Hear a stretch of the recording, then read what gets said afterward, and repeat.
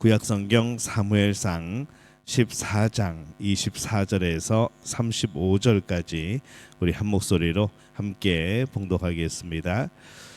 이날에 이스라엘 백성들이 피곤하였으니 이는 사울이 백성에게 맹세시켜 경계하여 이르기를 저녁 곧 내가 내 원수에게 보복하는 때까지 아무 음식물이든지 먹는 사람은 저주를 받을지어다 하였습니다. 그러므로 모든 백성이 음식을 맛보지 못하고 그들이 다 수풀에 들어간즉 땅에 꿀이 있더라.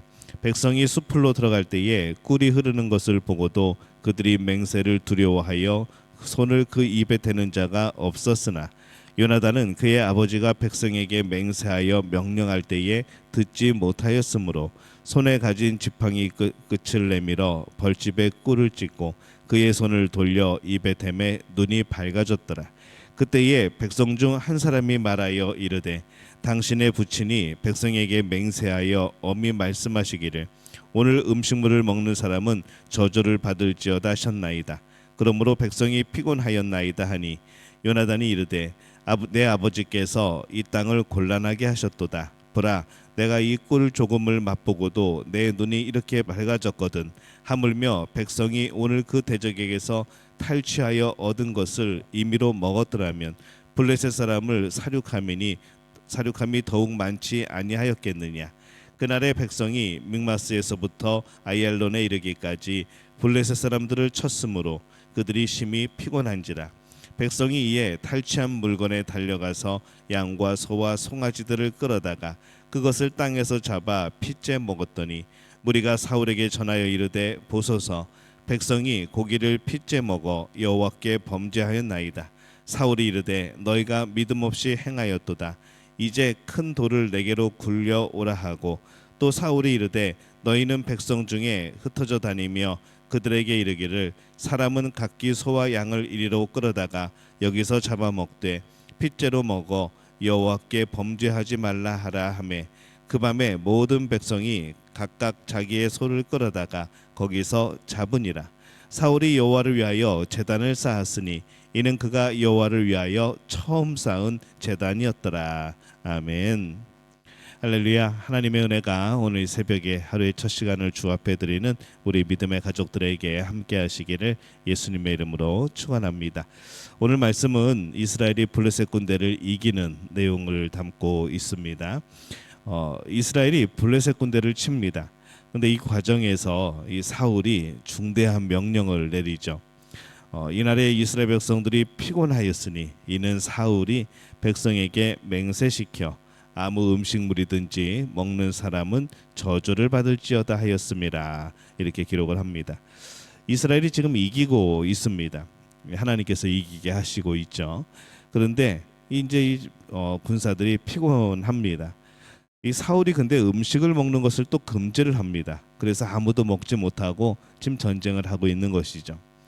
뭔가 중간에 힘을 내고 뭔가를 간단하게 먹고 그렇게 힘을 내야 될 텐데 이 사울이 먹는 것을 금지하는 바람에 아무것도 먹지 못하고 계속해서 싸우는 겁니다.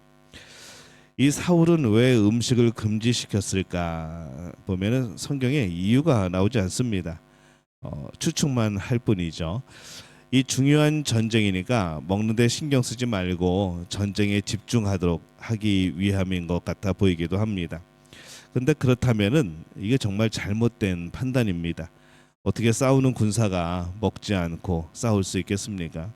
아마 그것은 하나의 그런 본인의 어떤 것을 세우기 위한 그런 대의 명분 아니었을까라는 생각을 해봅니다.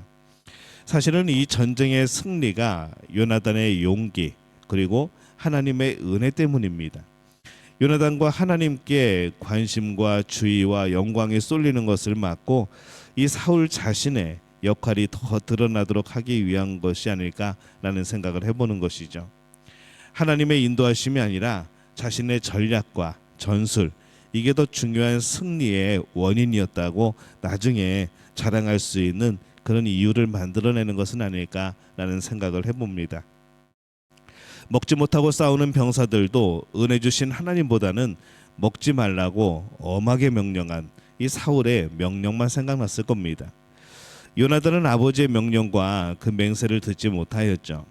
그래서 27절에 보면은 요나단은 그의 아버지가 백성에게 맹세하여 명령할 때에 듣지 못하였으므로 손에 가진 지팡이 끝을 내밀어 벌집에 꿀을 찢고 그의 손을 돌려 입에 대매 눈이 밝아졌더라. 이렇게 기록을 합니다. 요나단은 이 명령을 듣지 못하고 꿀을 찍어 먹습니다. 그래서 그것을 먹고 나니까 힘도 생기고 그 피곤했던 눈도 밝아지고 그게 힘이 생긴 것이죠. 그렇게 원래 힘을 보충하면서 전쟁을 해야 되는 겁니다. 요나단은 다른 사람을 통해서 아버지의 맹세에 대해서 듣고 내 아버지께서 이 땅을 곤란하게 하셨도다라고 말합니다.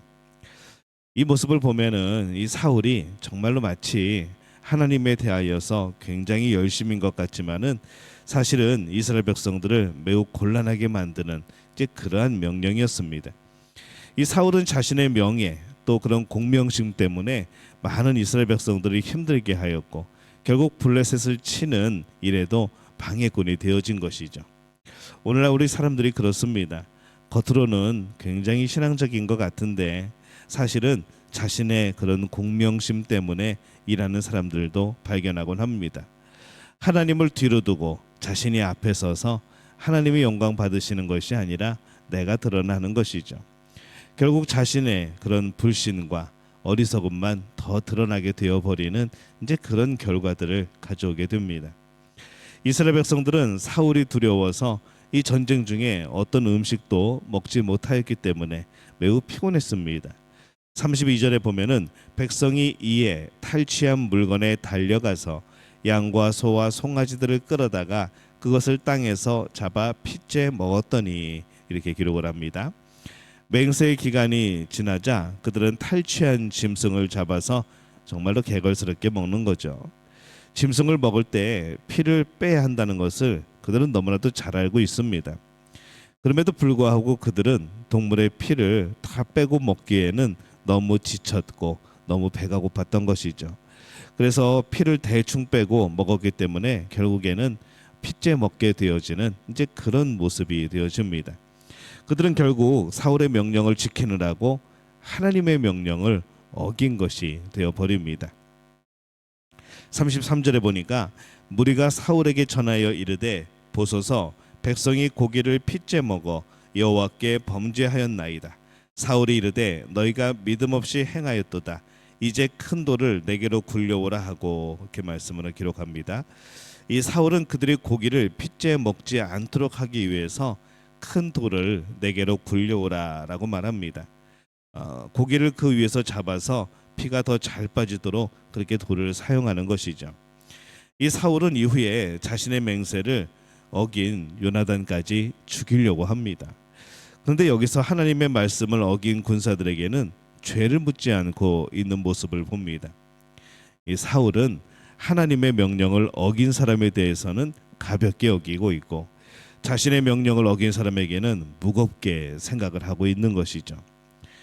그가 하나님보다 앞에 서 있는 모습, 그가 하나님보다 더 영광을 받으려고 하는 모습, 그것이 너무나도 잘 보이는 그런 장면이 아닌가 생각을 해봅니다. 35절에 보면은 사울이 여호와를 위하여 제단을 쌓았으니 이는 그가 여호와를 위하여 처음 쌓은 제단이었더라. 그가 전쟁에서 승리하고 감사하는 제단을 쌓습니다. 그러나 이 그 행동조차도 좀 어떻게 보면 성경은 좀 부정한 것으로 표현하고 있습니다. 신명기 12장 13절에 보면은 너는 삼가서 내게 보이는 아무 곳에서나 번제를 드리지 말고 이렇게 되어 있습니다. 이 가나안 정착 전에 이 족장 시대에는 그들이 가는 곳마다 제단을 쌓는 것이 옳은 일이었습니다. 그들이 가는 곳마다 하나님께 제사를 드렸고 제단을 쌓았고 그렇게 했던 것이죠.